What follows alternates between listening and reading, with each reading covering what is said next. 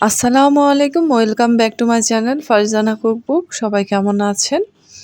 আজকে আমি আপনাদেরকে রান্না করে দেখাবো মুরগির ঘিলা, কলিজা, গলা এগুলা রান্না। অনেকে বলেন মুরগির ঘিলা, কলিজা রান্না করলে নাকি গন্ধ লাগে। কিন্তু আমি যে টিপস অ্যান্ড টিপস ফলো করে মুরগির ঘিলা, কলিজা রান্না করি, সেই টিপস অ্যান্ড টিপস ফলো করে আপনি মুরগির ঘিলা, কলিজা রান্না করলে আপনার মুরগির গিলা, কলিজা, গলা এগুলা রান্নাতে কোনো গন্ধ থাকবে না ইনশাল্লাহ। আমি এখানে ৬টা মুরগির ঘিলা, কলিজা নিয়ে নিয়েছি, একটা মুরগির গলা, মাথা সহ নিয়েছি। কিউব করে কেটে আলু নিয়েছি ৩টা। পরিমাণ মতো সাদা তেল বা সয়াবিন তেল দিয়ে দিলাম। চাইলে আপনারা সরিষার তেলেও ওই রান্নাটা করতে পারবেন। তেল গরম হলে আমি গরম মসলা দিয়ে দিলাম পরিমাণ মতো। তারপর আমি দিয়ে দিব ৩টা মাঝারি সাইজের পেঁয়াজ কুচি করে। সাথে আলুও দিয়ে একসাথে ভেজে ফেলবো। এতে করে আলু পেঁয়াজ ২টেই একসাথে ভাজা হয়ে যাবে। একটু নেড়েচেড়ে দিব যাতে করে নিচে না লেগে যায় এবং প্রপারলি সবগুলো আলু মোটামুটি ভাজা হয়, পেঁয়াজও যাতে সবগুলো ভাজা হয় সেই কারণে একটু একটু করে নেড়ে দিতে হবে। আলু এবং পেঁয়াজ ভাজা হয়ে গেলে আমি এখানে আদা এবং রসুনের পেস্ট দিয়ে দেব। আদার পেস্ট দিয়ে দিব ১ চা চামচ আর রসুনের পেস্ট দিয়ে দিব ১.৫ চা চামচের মতো।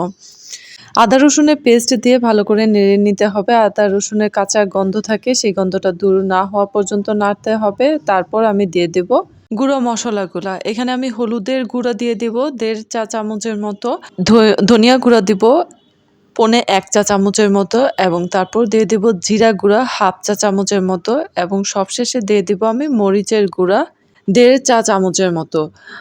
চাইলে এখানে আপনারা ঝাল কম বেশি খেতে পারেন, কিন্তু এই রান্নাটাতে মানে গলা ঘিলা রান্নাতে কিন্তু একটু ঝালের পরিমাণ বেশি হলে, স্পাইসি বেশি হলে কিন্তু মজা লাগে। সেখানে আমি ১.৫ চা চামচ দিয়ে দিয়েছি। আপনারা চাইলে একটু বেশিও আরও বেশি দিতে পারেন বা একটু কমিয়েও দিতে পারেন। সেটা আপনাদের রুচি পছন্দ অনুসারে।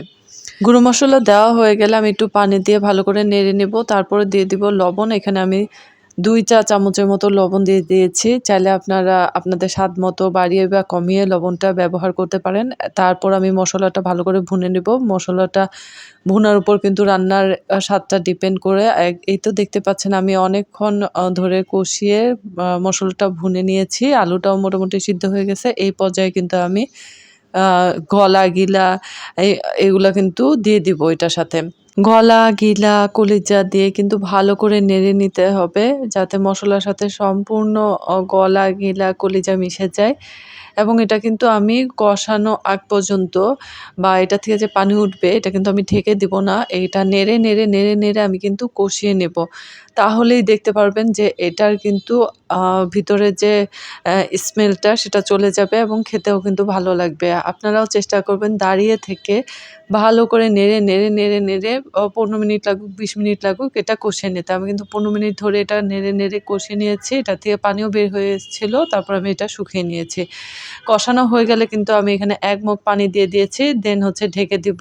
একটু লো আঁচে রাখবো অ্যান্ড হচ্ছে ঢেকে দিয়ে এটা রান্না করব। দেন হচ্ছে দেখতেই পাচ্ছেন আমার রান্না কিন্তু মোটামুটি কমপ্লিট। আর একটু ঝোলটা শুকাইলেই কিন্তু আমার রান্নাটা হয়ে যাবে। প্রচুর ঝোল ছিল, দাঁড়িয়ে থেকে শুকিয়ে নিয়েছি। দেখতেই পাচ্ছেন উপরে তেল উঠে এসেছে। আমার রান্না কিন্তু একদমই কমপ্লিট হয়ে গেছে। এখন কিন্তু পরিবেশনের পালা।